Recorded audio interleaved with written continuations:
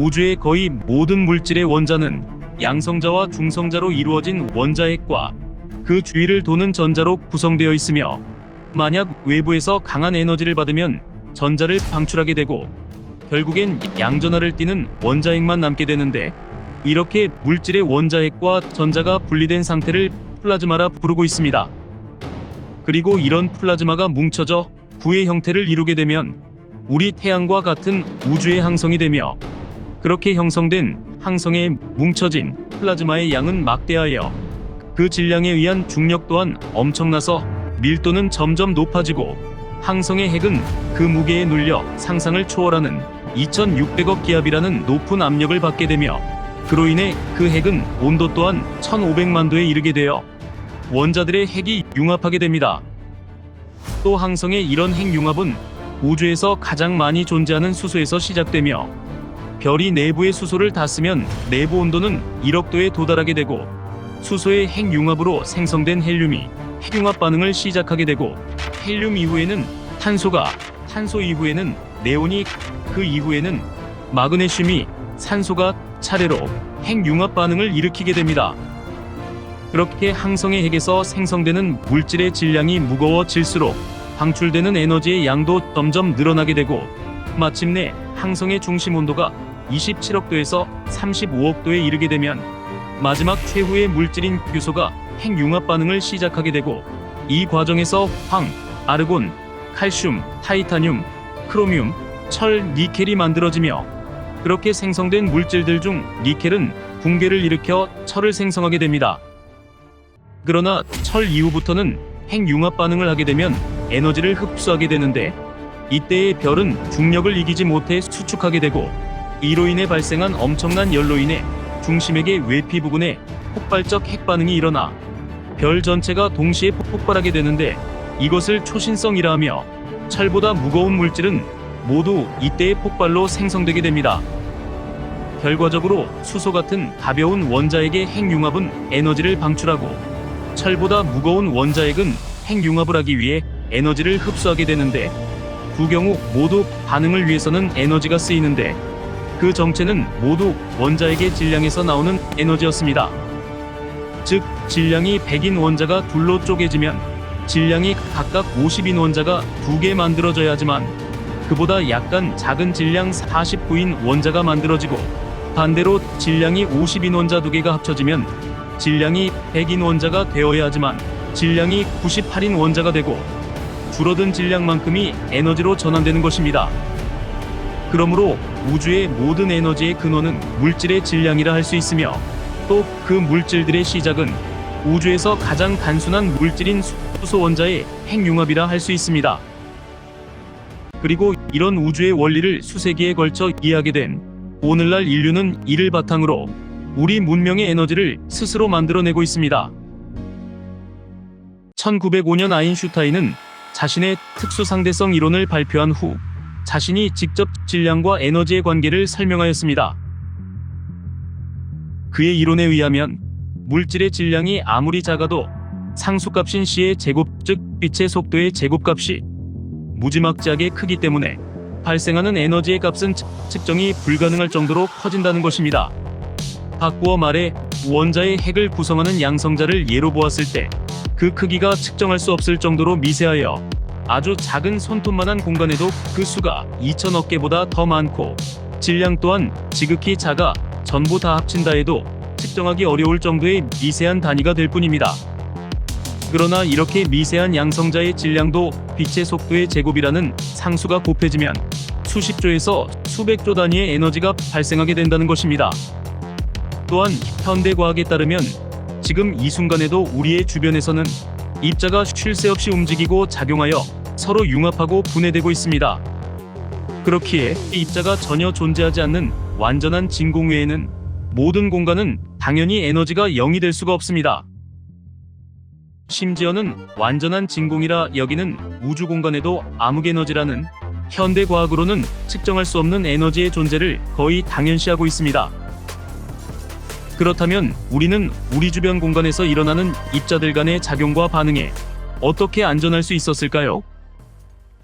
원자의 핵 반응은 지구와 같은 조건에서는 기압이 낮아 보통 초고온인 약 1억도 이상이 되거나 입자가속기와 같은 장치로 엄청난 속도로 가속을 시켜 다른 입자와 충돌하게 하여 원자핵들 사이의 거리를 좁혀줘야 핵 반응이 일어나게 됩니다. 그렇다면 어디에 있는 질량이 그런 엄청난 에너지를 만드는 것일까요?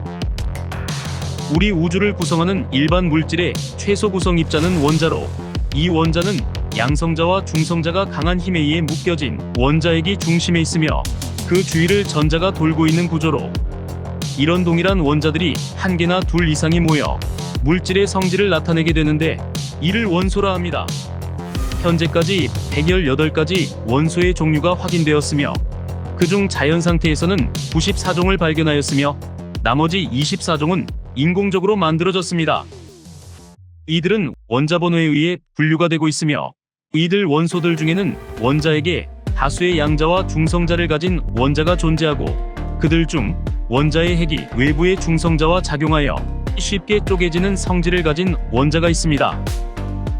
원자핵의 분열은 주로 이런 원자들을 이용하는 것으로, 일반적으로 물체를 이루는 원자들은 원자핵 내부의 양의 전하를 띠는 양성자의 수와 원자핵 밖 음의 전하를 띠는 전자의 수가 같아서 전기적으로 중성을 이루고 있는데, 그 구조는 원자핵 주변에 전기적으로 음의 전하를 띤 전자의 구름이 회전하고 있으므로 원자의 핵을 분열시키기 위해서는 전기적으로 중성인 중성자만이 전자와 반응하지 않고 원자의 핵에 도달하여 반응을 일으킬 수 있는데, 찰나의 순간인 10⁻14승초에서 10⁻17승초의 시간에 한 개였던 원자핵이 중성자에 의해 두 개의 원자핵으로 분열이 되는 것입니다. 그리고 이렇게 원자핵이 분열할 때는 두 개에서 세 개 정도의 중성자가 원자핵 밖으로 방출이 되는데, 이 중성자는 주변의 다른 원자핵과 반응하여 다시 핵분열을 일으키게 되는데, 이런 식으로 해서 핵분열이 연쇄적인 반응으로 일어나게 됩니다. 그리고 원자의 핵은 내부의 구성 요소들이 강한 핵력에 의해 결합되어 있는데, 이렇듯 큰 원자핵이 작은 원자핵 두 개로 핵이 분열을 하게 되면 분열 전 큰 원자핵의 결합 에너지와 분열 후 작게 변한 원자핵의 결합 에너지 차이만큼 에너지가 방출되는데, 즉 쪼개지기 전 핵력과 분리된 후의 핵력의 크기 차이만큼 질량이 줄고 줄어든 질량만큼이 에너지로 방출이 되는 것입니다. 여기에서 원자핵의 질량은 양성자와 중성자의 개수를 합한 값으로, 가장 작은 질량수를 갖는 것은 수소 원자로 핵의 양성자가 단 하나 있어 질량수가 1이고, 가장 큰 것은 질량수가 238인 우라늄 원자로, 인공적인 핵분열에 우라늄을 사용하는 이유가 여기에 있습니다. 그렇다면 이렇게 핵분열이 일어났을 때 에너지의 양은 얼마나 될까요? 이 핵분열 에너지의 발생량은 E는 mc의 제곱으로 정의되었으며, 원자핵 한 개가 분열하면 약 200메가 전자볼트, 즉 3.2 곱하기 10의 11승줄의 열에너지가 발생하게 되는데, 1mg을 예로 들어보면 그 안에는 원자핵이 약 2.5 곱하기 10의 21승계가 존재하고 있어 1mg에서 발생하는 에너지는 200메가 전자볼트 곱하기 2.5 곱하기 10의 21승으로 계산조차 하기 어려운 어마무시한 양이 되게 됩니다. 그리고 이렇게 발생하는 전체 에너지의 약 87% 정도는 열에너지로 나타나는데, 인공적인 핵분열은 바로 이 에너지를 이용하는 것입니다.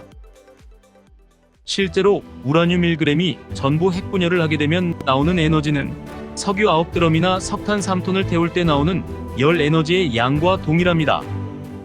이렇게 가장 무거운 원소인 우라늄의 핵분열 성질을 이용하는 게 원자력 발전과 원자폭탄입니다. 또 유일하게 핵분열을 할 수 있는 우라늄 원소는 우라늄 235이며, 우라늄 235의 경우 농축률이 90% 이상으로 12kg이 모이면 이러한 현상이 발생하며, 자연 상태에서는 매우 적어 옐로케이크라는 농축 우라늄을 만들어 사용하고 있습니다. 그러면 우리 주위 어떤 곳에서 이런 핵분열과 핵융합이 일어나 에너지가 발생되고 있을까요? 우리 우주의 역사에서 보게 되면 1000만도가 넘는 곳은 대략 4곳 정도가 있으며, 첫 번째는 빅뱅, 즉 대폭발로, 대폭발 1초 후 강한 핵력이 작용하여 헬륨의 원자핵과 극소량의 리튬과 베릴륨의 원자핵도 생성되었습니다. 두 번째는 항성에서의 핵융합으로 철보다 가벼운 중원소가 생성되었습니다. 세 번째는 초신성 폭발로 인한 핵융합으로 주로 산소와 규소의 연소 과정에서 양성자가 붕괴하여 중성자가 만들어졌으며 폭발하는 엄청난 에너지로 니켈보다 무거운 원자핵도 생성이 되었습니다. 네 번째는 우주에서 발생하는 고에너지 방사선에 의한 핵분열로 가벼운 원소인 리튬, 베릴륨, 궁소 등이 생성되었습니다. 그러나 철보다 무거운 원소의 원자핵은 항성의 핵융합으로는 생성되지 않고 초신성 폭발에 의해서만 생성이 되기 때문에 오늘날의 핵분열 발전은 초신성 폭발 때 원자에 흡수된 결합에너지를 다시 꺼내 쓰는 것이라 할 수 있습니다. 그리고 오늘날의 이런 핵분열 발전은 질량 결손율 즉 에너지로 전환되는 비율이 우라늄 235의 핵분열 시 질량의 약 0.51%, 중수소 핵융합의 질량 결손율이 약 0.645%, 경수소 핵융합의 질량 결손율이 약 0.71%로 이 정도 수준으로도 이 에너지는 현대 문명을 지탱하는 동력이 되기에 충분하였습니다. 그러나 인류는 최종적으로 물질을 에너지로 100% 변환시켜 이용하는 기술을 적용한 장치를 연구하고 있으며 이 장치는 이론상 핵분열의 1000배, 핵융합의 약 140배에 달하는 질량 대비 에너지 효율이 나오는 장치로 이를 대소멸 엔진이라 부르고 연구하고 있습니다. 이 모든 것은 이는 mc의 제곱, 즉 에너지는 물질의 질량의 빛의 속도의 제곱을 곱한 것과 같다 해서 시작되었습니다.